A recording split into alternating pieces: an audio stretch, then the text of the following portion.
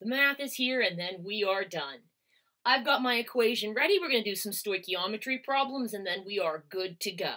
The only facts you need to know from this are some things that equal a mole. We already got to the mass in grams on the periodic table is the molar mass. Molar mass is in grams, and that equals a mole. At standard temperature and pressure, 1 atmosphere and 0 Celsius, 273 Kelvin, 22.4 liters of a gas equals a mole. And our number answer, our crazy big number, 6.02 times 10 to the 23rd of anything, also equals a mole. You are not doing any volume conversions or molecule conversions or atom conversions or 3-bar conversions on your final. For the interest of time, you're going to be there long enough with 50 questions. I'm not going to have you spend extra time. The same reason that you got this as a take-home test is because, well, it takes a while. So, you'll get a balanced equation. We double check that it's balanced, but when I see the coefficients out in front, I'm taking a pretty good guess I'm not mean enough to give you wrong ones.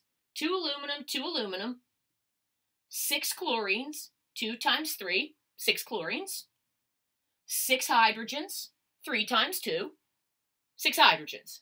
All right, we're good. Each of these fractions, each of these is going to take one fraction. They're all mole to mole. So my first question says, how many moles of hydrochloric acid will react with 4 moles of aluminum?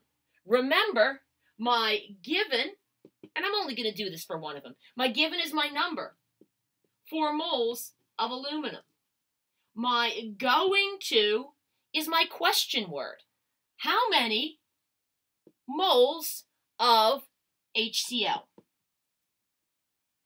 Mole and mole are my giveaway also for 1 fraction bar. So I've got 4 moles of aluminum times in a line. Same thing on the bottom, moles of aluminum. New thing on the top, moles of HCl. Okay, cool. My numbers come from the equation on this fraction. How many HCl?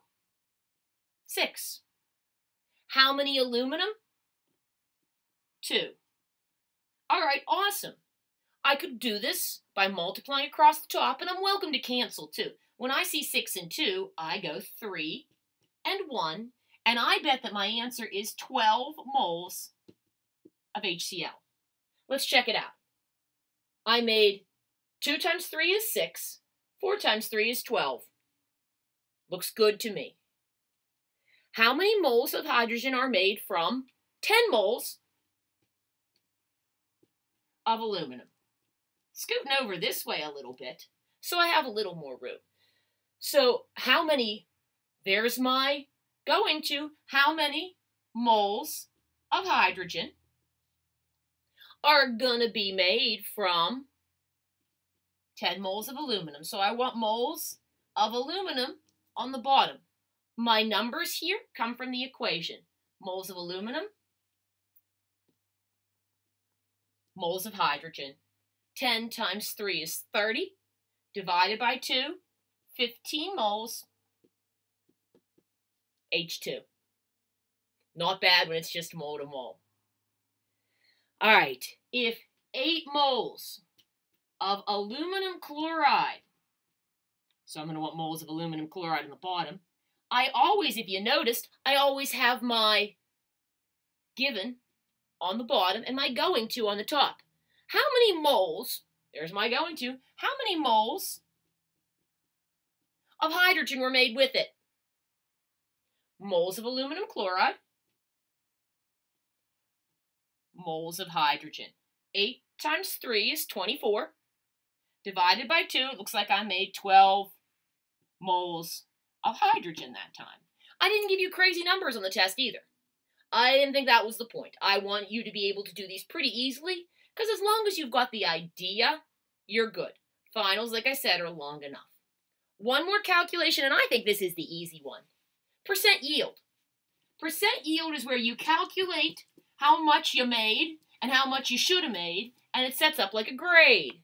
The actual yield divided by the theoretical yield times 100, or in just plain old English, what it is how much you made divided by how much you should have made times 100. So my practice, I complete a reaction that makes product A. Alright, good for me. Calculation says I should make 45.0 grams of product A. Calculation says I should, so that's my theoretical yield. But it doesn't work that way. Like, I never make as many cookies as the batch says it's gonna. But I only end up with, 32.0 grams. Times 100. I should have gotten 50 of these questions right, but I only got 36. 36 divided by 50 times 2, I got a 72. So let's find my calculator. You can't see the desk here, but it looks like the desk at school where I make you guys look for my calculator. Guys, where is it? It was under a napkin and about 6 sheets of paper next to a fake lantern. So it is like school, just without the three-legged dinosaur. 32 divided by 45 times 100. I got, well, that made, I was real close with that 72 example and didn't even mean to be. I made 71% yield. 71% of what I should have made of product A. We won't be calculating anything with this, but just know about limiting and excess reactants. Limiting reactants are the one that runs out, and excess I have plenty of. We did that thing with the cheese and bread. I have 5 slices of cheese. How many sandwiches can I make if one goes on each and you're like 5 and I'm like, I have no bread? Limiting reactant runs out.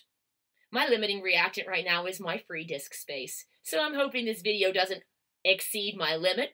Excess, I got time. So your excess reactant you have plenty of, but your limiting reactant restricts what you're able to do. What I want you guys to do is your practice if you haven't already. I'll put up the answers for that. I'll attach them probably tomorrow in the stream. You can check them and ask me if you have any questions. We are almost down to 0 hour for both the quiz on this and the final. So good luck with the studying. Have a great one.